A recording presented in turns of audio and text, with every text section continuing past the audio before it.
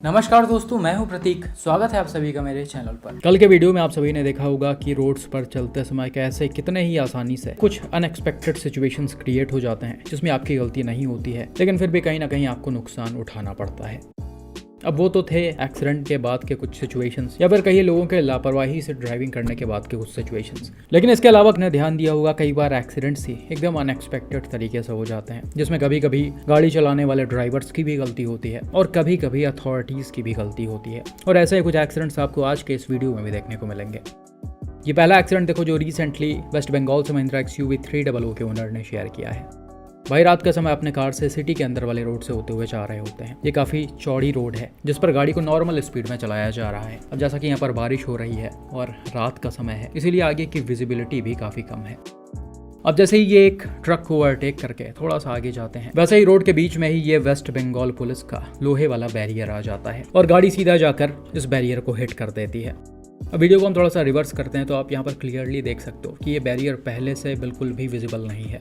गाड़ी एकदम से इसके पास में पहुंची है, तब ये थोड़ा बहुत दिखने लगा है। इसी के साथ ही जैसा अंधेरा है और बारिश भी हो रही है, तो वैसे ही आगे की चीजें इस समय क्लियरली नहीं दिखती हैं। साथ में आगे चल रहे गाड़ियों के टेल लाइट्स की वजह से ये और भी उनमें मर्ज हो गया है, इसीलिए ड्राइवर को ये बैरियर पहले से नहीं दिखाई पड़ा।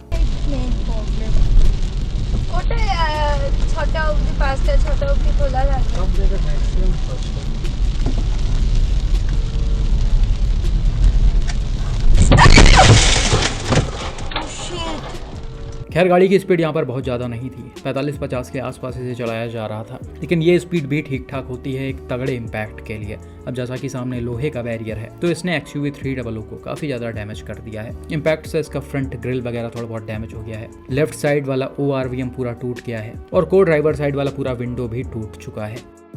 तो एक तरह से देखा जाए तो XUV के ओनर को यहाँ पर ठीक ठाक नुकसान उठाना पड़ा है और इनका ये नुकसान अथॉरिटीज़ की वजह से हुआ है, जिन्होंने इस बैरियर को ऐसे बीच सड़क पर रखा हुआ है। यहाँ पर ऐसे बैरियर रखने का कोई मतलब नहीं है, वो भी रात के समय जब बारिश हो रही हो। ये चीज़ें सिर्फ और सिर्फ एक्सीडेंट का रीज़न बनती हैं। अभी आप समझिए यहीं पर कोई बाइक वाला लड़ा होता तो उसको कितनी ज़्यादा चोटें आ सकती थी, या फिर कोई कार इसको बचाने के चक्कर में अनकंट्रोल होकर अगल बगल चल रहे हैवी व्हीकल्स में लड़ जाती, तब कितना ज़्यादा नुकसान हो सकता था। तो इन चीज़ों को पुलिस को और गवर्नमेंट को समझना चाहिए और उन्हें इस तरह की लापरवाही नहीं करनी चाहिए।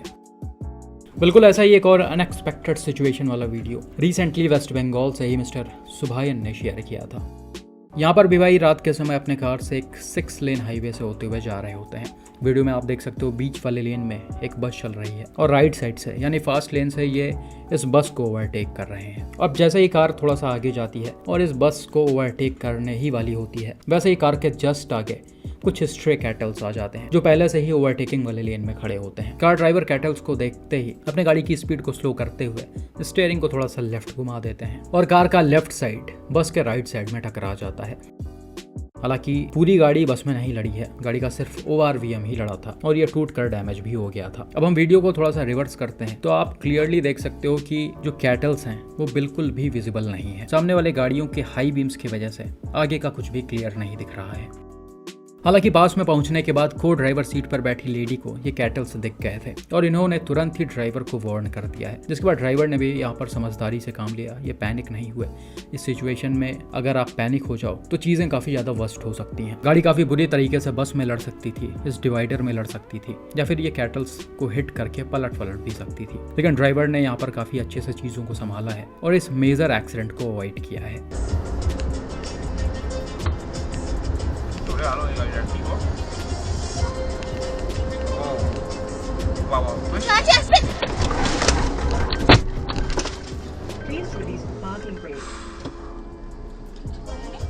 भाई यहाँ पर भी कहीं ना कहीं लापरवाही जो है अथॉरिटीज़ की तरफ से है। आप देख सकते हो ये कैटल्स आराम से बीच सड़क पर घूम रहे हैं, इनफैक्ट फास्ट लेन में घूम रहे हैं, लेकिन कोई भी इनको देखने वाला नहीं है। इन रोड्स को प्रॉपर रेलिंग्स वगैरह से क्लोज करवाना चाहिए ताकि कैटल्स इस तरह से रोड पर ना आ पाए, क्योंकि भाई इस रोड की स्पीड लिमिट कम से कम 80 से 100 के बीच में तो होगी ही, और इस स्पीड में कोई भी गाड़ी अगर लड़ेगी तो उस गाड़ी में काफ़ी ज़्यादा नुकसान हो सकता है। साथ में अंदर बैठे पैसेंजर्स की भी जान जा सकती है।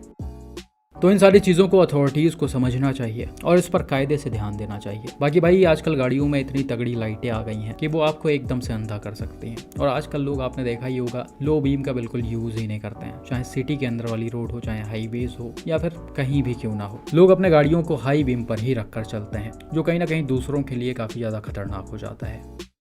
खैर यहाँ पर कोई एक्सीडेंट नहीं हुआ, जो कि अच्छी बात है, लेकिन कई बार सिचुएशन बहुत ज़्यादा वर्स्ट हो जाता है और चीज़ों पर आपका कंट्रोल नहीं होता। ये वाला वीडियो देखिए जिसे रिसेंटली मारुति सुजुकी बलिनो के ओनर मिस्टर हीरक ने शेयर किया है। भाई ने बताया कि वो अपने फ्रेंड्स के साथ लास्ट ईयर हैदराबाद से गोवा के लिए ट्रैवल कर रहे थे। टोटल ड्राइव 600 किलोमीटर की थी। भाई ने बताया कि हम गोवा पहले भी जा चुके हैं और हमें रोड के बारे में काफ़ी अच्छे से पता था, लेकिन इस बार हाईवे पर कुछ काम चलने की वजह से रोड को किसी जगह से डाइवर्ट कर दिया गया था।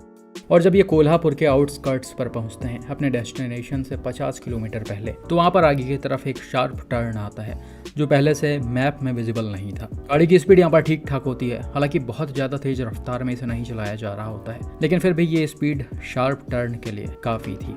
और जैसे ही गाड़ी मुड़ती है, ये थोड़ा ज़्यादा ही लेफ्ट में चली जाती है और अनकंट्रोल होकर इस ब्रिज से नीचे गिर जाती है।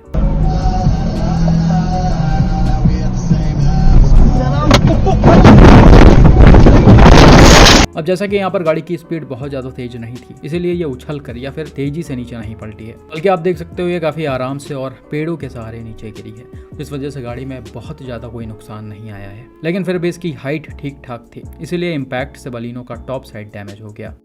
भाई ने बताया कि गाड़ी में ही ड्राइव कर रहा था और कुछ देर के लिए एकदम से चीज़ें ब्लैकआउट हो गई, जिसके बाद इनके फ्रेंड ने सीट बेल्ट को अनलॉक किया है और इनको बाहर निकाला है। इसी के साथ भाई ने यह भी बताया कि जिस टाइम पर यह एक्सीडेंट हुआ था उस समय काफ़ी ज़्यादा तेज धूप थी और गर्मी भी बहुत ज़्यादा थी। हम लोगों को प्यास लगी थी और भूख भी काफ़ी तेजी से लगी हुई थी, लेकिन आसपास जो गाड़ियाँ यहाँ से गुजर रही थी उन्होंने एक बार भी रोका नहीं, ना ही पूछा है कि क्या हुआ। खैर इसके बाद इन्होंने इंश्योरेंस कंपनी को कॉल किया, उन्होंने टो ट्रक भेजा और टो ट्रक का जो ड्राइवर था वो इनके लिए जूस, फूड और वाटर लेकर आया खुद के पैसे से। भाई ने बताया कि जब हम उसको पैसा वापस करने लगे तो उसने मना कर दिया और पैसे नहीं लिए। बाकी कार का जो डैमेज है वो इंश्योरेंस में कवर हुआ और स्टार्टिंग में इंश्योरेंस कंपनी के लोगों ने डैमेज का 50% ही देने के लिए बोला। उन्होंने बताया कि इसमें गलती आपकी है, लेकिन बाद में जब डैश कैम फुटेज दिखाया गया तो कंपनी की तरफ से पूरा अमाउंट बेयर किया गया। और भाई वीडियो को देखकर आप समझ भी सकते हो कि इसमें अथॉरिटीज की लापरवाही है। इस शार्प टर्न से पहले वार्निंग साइन यहाँ पर जरूर होना चाहिए था। साथ में जब गाड़ी यहाँ पर मुड़ी है तो इस ब्रिज को कवर करने के लिए यहाँ पर कोई रेलिंग भी नहीं था और ये कहीं ना कहीं काफी ज्यादा खतरनाक है, क्योंकि ये ब्रिज बहुत ही ज्यादा पतला है। ऐसे में कोई भी गाड़ी टर्न लेते समय या फिर किसी भी वजह से अनकंट्रोल होकर इससे नीचे गिर सकती है, जैसा कि इन भाई के साथ हुआ है।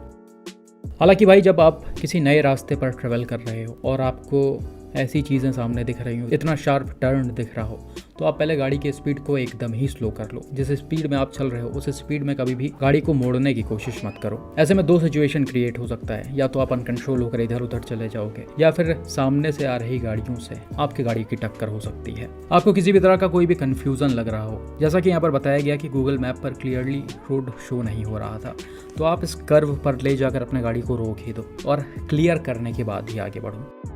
तो नए रास्तों पर बहुत ही ध्यान देकर गाड़ियों को चलाना चाहिए। बाकी भाई अच्छी बात यहाँ पर ये थी कि गाड़ी में बैठे भाई लोगों को भी चोटें नहीं आई हैं, माइनर इंजरीज के साथ वो सेफ थे। बाकी आप सभी का इन एक्सीडेंट्स पर क्या मानना है, कमेंट करके ज़रूर बताएं।